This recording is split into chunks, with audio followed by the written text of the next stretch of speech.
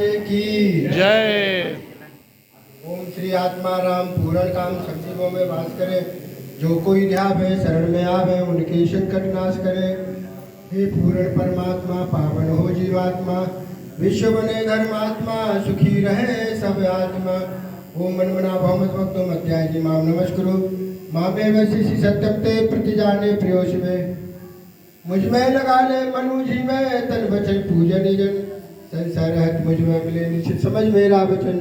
हे भक्तराज तो केवल में सच्चिदानंद वासुदेव परमात्मा में ही अनन्य प्रेम से नित्य निरंतर आचरण मन वाला हो और मुझ परमेश्वर को अच्छा श्रद्धा भक्ति सहित निष्काम भाव से नाम गुण और प्रभाव के श्रवण कीर्तन मनन और पठन पाठन द्वारा नित्य निरंतर भजने वाला हो।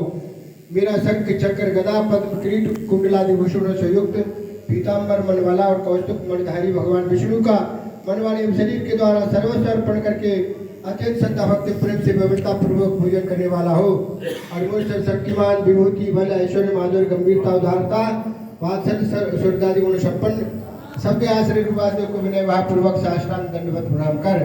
ऐसा करने से तो मुझको ही प्राप्त होगा। यह तेरे लिए मैं सत्प्रतिज्ञा करता हूँ क्योंकि तू मेरा अत्यंत सखा और भक्त है। हे भारत परमात्मा की अनन्य शरण हो परमात्मा की कृपा से परम शांति को प्राप्त होगा। लज्जा भय मान बड़ाई और आसक्ति को त्याग कर शरीर और संसार से हंता मनता से रहित होकर केवल एक परमात्मा को ही परमाश्रय परमगति और सर्वस्व समझना तथा अनन्य भाव से अक्षय श्रद्धा भक्ति प्रेम पूर्वक नित्य निरंतर भगवान के नाम गुण और प्रभाव तथा स्वरूप का चिंतन करते रहना एवं भगवान का भजन स्मरण करते हुए ही उनकी आज्ञानुसार कर्तव्य कर्मों का निस्वार्थ भाव से केवल परमेश्वर की प्रीति के लिए आचरण करना सब प्रकार से परमात्मा के अनन्य शरण होना है। जिस प्रकार निष्काम कर्मयोगी सब कर्मों को करता हुआ मेरे परम पद को प्राप्त हो जाता है, ठीक इसी प्रकार हे भक्तराज सब कर्मों को मन से मेरे में समर्पण करके मेरे बुद्धि निष्काम कर्मों को अवलंबन करने वाला हो। इस प्रकार मेरे मन वाला होने से मेरी कृपा से जन्म मृत्यु आदि संकटों से अनायासी पार हो जाएगा अर्थात भव सागर से पार हो जाएगा। जिस प्रकार पतिव्रता स्त्री पति को ही सर्वस्व समझकर पति का चिंतन करती है, पति के आज्ञानुसार पति के लिए ही मनमानी विषय से कर्म करती है और पतिव्रत धर्म को निभाने के लिए अभ्यास करती है। आगे आने वाली बहनें उसी को आदर्श मान करके अपने तन मन वचन को शुद्ध विशुद्ध परिशुद्ध करती है। वैसे ही परमेश्वर को ही सर्वस्व समझकर परमात्मा का चिंतन करते हुए प्रभु के आदेशानुसार मनमानी विषय से परमेश्वर की प्रीति के लिए ही आचरण करना सब प्रकार से परमात्मा को कर्म द्वारा पूजना होता है। कोई भी कर्म उतना अपने अपने स्वाभाविक कर्म में लगा हुआ साधक भगवत प्राप्ति रूप परम सिद्धि को प्राप्त होता है। कोई भी कर्म उतना गुण दोष में नहीं होता जितना दोष गुण कर्ता की अवस्था भावना में होता है। इसलिए कहा गया जिसका जैसा कर्म स्वभाव है कुछ में दोष नहीं है। दोष दृष्टि में रहे बराबर सच्ची बात यही है सार गीता का यही अभिमान करना छोड़ दे अपने स्वाभाविक कर्म का संबंध प्रभु से जोड़ दे। यह गीता के 18वें अध्याय का श्लोक है। 9वें अध्याय में भी है लेकिन वो अंतिम वाली अर्धाली खाली बदली है। तो यह गुरुदेव हम सबके लिए बराबर बोलते थे, गीता पाठ के बाद बराबर कहते थे क्योंकि इसमें हमारे जीवन का सार हमारे गृहस्थ आश्रम हम कैसे रहे इसमें सारा कुछ आ गया कि अगर आप परमात्मा पर विश्वास करते हैं तो परमात्मा के ऊपर समर्पित होना पड़ेगा। अगर समर्पित है तो फिर कामना समाप्त हो जाएगी क्योंकि जो अगर छोटा बालक अपने माता पिता पर समर्पित रहता है अपने माता पिता को ही सर्वस्व समझता है, जब भी उसको डर भय कुछ भी होता है भूख लगता है प्यास लगता है माता के पास दौड़ करके जाता है। वैसे ही परमात्मा हमारे परम माता पिता है, गुरु हमारे परम माता पिता है।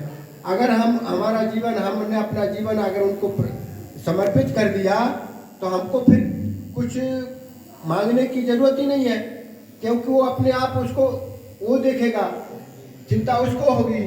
लेकिन हम व्यर्थ में अगर चिंता करते हैं इसका मतलब कि परमात्मा पर विश्वास नहीं है। इसलिए जो है हम चिंता करते हैं, इसलिए हमको जो है वो होता है कि ये कैसे होगा वो कैसे होगा, फलान ढिकान अनेक तरह की जो है कामनाएं घिरे रहती हैं।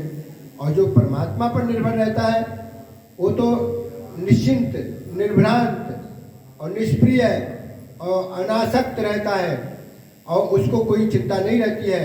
इसलिए जो है हम लोगों को भी अपने जीवन को उस परमात्मा पर, उस गुरु पर, जिसको इष्ट मानते हैं उन पर अपने जीवन को समर्पित करने का अभ्यास रूपी प्रयास करना चाहिए।